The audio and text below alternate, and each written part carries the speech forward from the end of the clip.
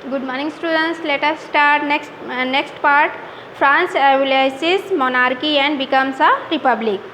इसमें क्या हमने अभी तक देखा था कि जो मतलब कि कैसे थर्ड स्टेट के साथ बिहेवियर और वोट देने का जो अथॉरिटी है, राइट्स है, किसके पास रहता था। हाँ, जो पैसिव एक्टिव लोग रहते थे उनको रहता था, है ना, और पैसिव लोगों के पास नहीं रहता था, यानी कि जो रिच मैन होते थे उनको वोट देने का राइट्स रहते थे। लेकिन जो लो कास्ट के रहते या लेबर होते थे, पीजेंट होते थे, जिनके पास ज़्यादा नहीं रहते थे, पैसे वाले लोग नहीं रहते थे, उनको नहीं दिया जाता था। ठीक है।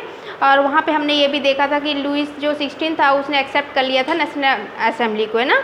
लेकिन क्या हुआ, 1791 और 92 तक आते आते मतलब वहाँ से यहाँ तक पहुँचते पहुँचते मतलब शासन जो रूल चल रहा था, इस समय आते आते क्या हुआ, उन लोगों ने ये डिसाइड किया जो मोनार्की है उसको क्या करना चाहिए, हटा देना चाहिए। मोनार्की यानी जो राजा है ना, उनके राज जो है उस चीज़ को बिल्कुल अलग कर मतलब हटा देना चाहिए और किसको लाना चाहिए, रिपब्लिक को। और रिपब्लिक को क्यों, मतलब जिनको वोट देने का हक हो, वोट के थ्रू सारी जो गवर्नमेंट बनी हो वो वोट के थ्रू बनी हो, ऐसा मतलब इक्वल सबको मिलना चाहिए।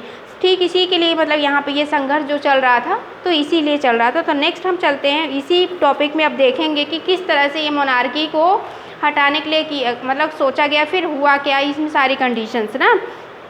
The situation in France continue to be tense during the following years. क्या हुआ, उस समय जो सिचुएशन थी वो काफ़ी टेंस में चल रही थी, उस समय से मतलब टेंशन में थी ही। लेकिन आगे क्या हुआ, ऑल्दो लुइस 16 जो था इसने साइन जो कर लिए थे ना कॉन्स्टिट्यूशन, उस समय 1791 में इसने साइन किया था उस पे नेशनल असेंबली पे, है ना। लेकिन इसने क्या साइन किया था, उसकी सारी नेशनल असेंबली की सारी शर्तें मान ली थी। लेकिन यहाँ पे हुआ क्या, जब 1791 और 92 तक मतलब आते आते क्या हुआ इनमें कि वहाँ दिखावे के लिए एक तरह से चाहे मान लो कुछ भी, मतलब ऐसा यहाँ पे तो शो हो रहा है कि वो मतलब कि इस तरह तो उसने साइन तो कर लिया उस कॉन्स्टिट्यूशन को, लेकिन अंदर ही अंदर इसने क्या किया, मतलब किससे बात कर रहा था, सीक्रेट कुछ चीज़ चल रही थी पर्सियन के साथ। फ्रांसियस जो होता है, ठीक है, और जो रूलर्स होते हैं यही मतलब सीक्रेट बात चल रही थी कि मतलब कुछ अलग हो रहा था, भीतर भीतर क्या हो रहा है ये चीज़ें आगे आप देखोगे। तो जो रूलर्स थे मतलब जो अड़ोस पड़ोस के जो राजा या शासक थे, है ना, उसका जो फ्रांस में हो रहा था रेवोल्यूशन, उसका असर पड़ोस में भी हुआ। उन लोगों को लगा कि कहीं ना मतलब कि ये जो राजा है कि यहाँ पे मतलब कि जो यहाँ जब पता चला उसको कि यहाँ के रूल को हटाया जाएगा, राजा के शासन को हटाया जाएगा, सब मतलब पब्लिक मतलब बहुत ज़्यादा रेगुलेट हो रही हैं, तो जो पड़ोसी के जो लोग थे राजा महाराजा, उन लोगों ने भी ये सोचा कि अगर मतलब ऐसा हुआ तो फ्रांस का जो असर हम पे भी आएगा और हमारा जो राज है वो भी हमारा हट जाएगा, मतलब छीन लिया जाएगा, हमारे यहाँ भी रेवोल्यूशन हो जाएगी। तो ये जो दूसरे देश जो पड़ोसी थे तो उन्होंने फ्रांस के राजा की हेल्प करने की सोची, यानी कि उसको सपोर्ट किया कि ये इसका जो गद्दी है बनी रहे, अगर इसकी गद्दी बनी रहेगी तो हम लोग भी सेफ़ रहेंगे, हमारी भी गद्दी बनी रहेगी, कोई हमारे भी अगेंस्ट नहीं होंगे। तो इस तरह से तो उसने क्या किया, जो पर्सियन थे मतलब बाहरी जो लोग थे, उन्होंने क्या, राजा और उनके वो राजा ने बाहरी जो राजा मतलब दूसरे देश के जो देश थे तो उन्होंने अपना आर्मी भेजा, ट्रूप भेजा, किसके सपोर्ट में, फ्रांस के जो राजा थे उसके सपोर्ट में, लुइस 16 के सपोर्ट में। उसके बाद क्या हो, लेकिन ये जब उसको भेजा तो उससे पहले क्या हुआ, ये कब की बात है, 1789 की। लेकिन इससे पहले बिफोर दिस कुड हैपन, ये सब मतलब कुछ होता वहाँ हमला या कुछ भी होता इस तरह से उस राजा को बचाते, इससे पहले क्या हुआ, thus national assembly voted in April 1792 to declare war against Persian and Australia. जो मतलब कि जो हमारे नेशनल असेंबली के लोगों को इसकी भनक पड़ गई थी उस समय, है ना, जब भनक पड़ी तो उन्होंने पहले ही डिक्लेयर कर दिया था इन लोगों के खिलाफ वार करने के लिए, यानी कि फ्रांस के लोगों ने पर्सियन और ऑस्ट्रेलिया जो मतलब कि वो सोचे थे कि इन पे मतलब हम लोग अपना ट्रूप भेजेंगे और उस बैलेंस बना लेंगे, लेकिन ऐसा नहीं हुआ। नेशनल असेंबली को पता चल गया और उसने उल्टा उसका अगेंस्ट हमला कर दिया। और इनमें जो थे कौन से लोग थे हमला करने वाले सपोर्टिव लोग, फ्रांस की तरफ से जो नेशनल असेंबली की तरफ से फ्रांस थे, thousands of volunteer thrown from the province to join the army, they saw this as, जो आर्मीज थी मतलब कि बहुत हज़ारों लोगों की संख्या में थी, इन लोगों ने किया था। इन लोगों ने क्यों किया था इनके अगेंस्ट, क्योंकि जो राजा था ना उसने बहुत सारे अत्याचार किए थे, है ना, इनके ऊपर, इस कारण से किया था। Among the patriot song by sang was the Marseillaise, मतलब ये मर्साइलेस क्या है, नेशनल एंथम है, कहाँ का, फ्रांस का। लास्ट लाइन में आपके दिया इसी पैरा में, मार्साइल्स जो है वो नेशनल सॉन्ग बना फ्रांस का, और ये सॉन्ग गाया जाता था पैट्रियट के लिए, मतलब जब भी कुछ इन लोग को करना होता था देशभक्त देश के लिए, तो वो लोग इस तरह से यही गाना गाते थे। और ये गाना क्यों गाया जाता था, क्योंकि ये उन्होंने गाया था, किसके वॉलंटियर जो थे मार्साइलिस के, उन्होंने मतलब इस गाने को गाते थे हमेशा, और वो चली आ रही है अब तक, इस तरह से परंपरा बन गई।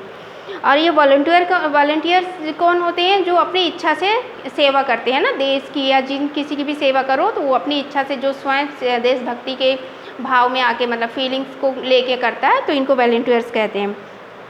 The revolutionary was brought losses and economics difficulties to the people. अब जो ये रेवोल्यूशन थी, जो हो रहे थे है ना, तो मतलब बहुत सारे लॉसेस हुए और ये बहुत सारी डिफ़िकल्टी भी फेस करनी पड़ी लोगों को। इसके लिए उनको क्या करना पड़ा, while the man were away fighting at the front, मतलब कि जब ये सब चल रहा था तो सारे जितने जेंट्स थे, जितने मैन थे, वो सारे बाहर इस लड़ाई के उसमें गए हुए थे। तो घर पे तो प्रॉब्लम, जाहिर सी बात है कि जब जेंट्स नहीं होंगे तो लेडीज़ों को प्रॉब्लम होगी। तो यहाँ भी ठीक इस तरह से, और लेडीज़ को क्या करना होता था, अब घर को भी देखना होता था, और जो मतलब खर्चा वगैरह जो भी खाने पीने की व्यवस्थाएं, वो भी बाहर से जाके मतलब कमाना और फिर करना, घर को संभालना, इस तरह से लेडीज़ों पे आ गया। लेकिन अब आगे देखिए, उन्होंने मतलब पूरी मतलब फैमिली जो थी लेडीज़, तो वो अपना घर को संभाली इस तरह से, और जो जेंट्स थे वो इस में फ़ाइट के लिए बाहर गए।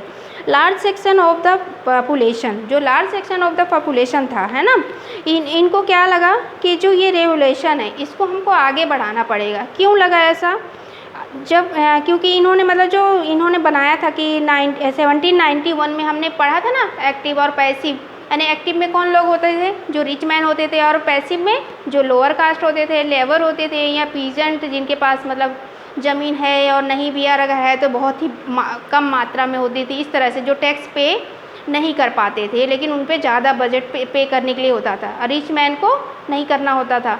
तो वहाँ पे पैसिव लोग होते थे जो रिच मैन, और पैसिव लोग जो पीजेंट लोग हैं ना 90% जो हुआ करते थे, और जो बाकी जो बचे वो कौन थे, रिच मैन।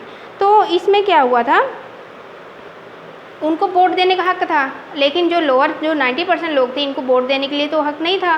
तो इसके कारण मतलब इन लोग चाहते थे इक्वल होना चाहिए, उनको भी मतलब सभी को वोट देने के लिए जो राइट्स मिलने चाहिए, इसलिए इन्होंने अपने जो रेवोल्यूशन उनको आगे तक बढ़ाया है ना इन लोगों ने अपनी समझदारी से।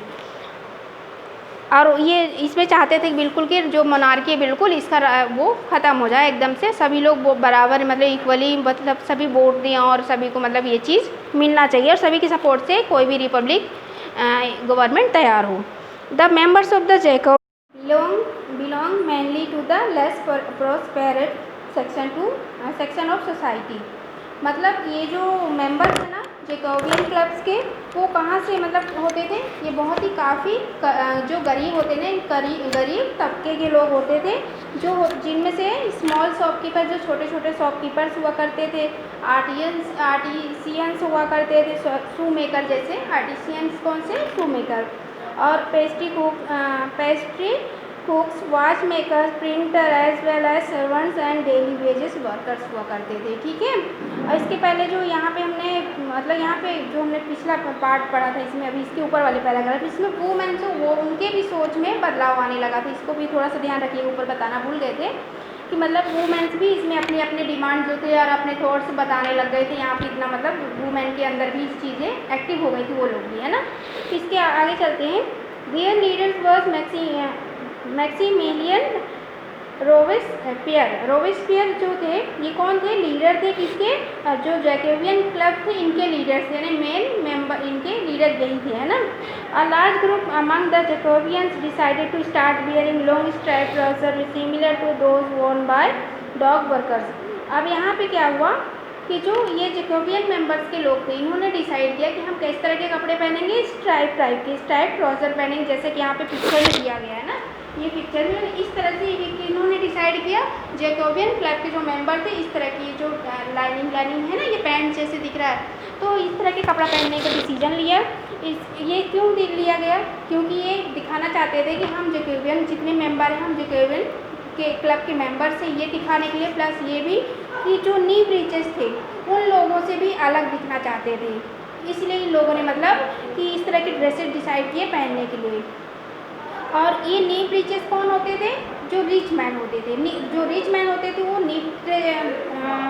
नी ब्रीचेस कपड़ा पहनते थे, और जो हम लोग हुआ करते थे, मतलब कि ये जो सॉरी हम लोग नहीं, जो जैकोबियंस हुआ करते थे, मेंबर्स हुआ करते थे, वो सन्स क्लॉटर्स पहनते थे। सन्स क्लॉटर्स जो विदाउट नी ब्रीचेस, यानी कि इसमें नी नहीं होता था, थोड़ा सा सन्स क्लॉटर मतलब नी ब्रीचेस से थोड़ा सा ऊपर, है ना, ऐसा कपड़ा पहनते थे। तो मतलब कि इन्होंने एक और चीज़ डिसाइड किया, एडिशनल चीज़ क्या पहनते थे? रेड कलर की कैप पहना करते थे। कौन? जैकोबियंस क्लब्स के मेंबर्स। और जिसमें से जो ये जो वुमेन हुआ करती थी उनको मतलब कि ये कैप वगैरह पहनने के लिए अलाउ नहीं था। ठीक है, तो ये था ये इसका मतलब यहाँ तक कि आपको नेक्स्ट पार्ट में इसके आगे का जितने भी वो आगे मैं नेक्स्ट वीडियो में पढ़ाऊँगी। थैंक यू बच्चों।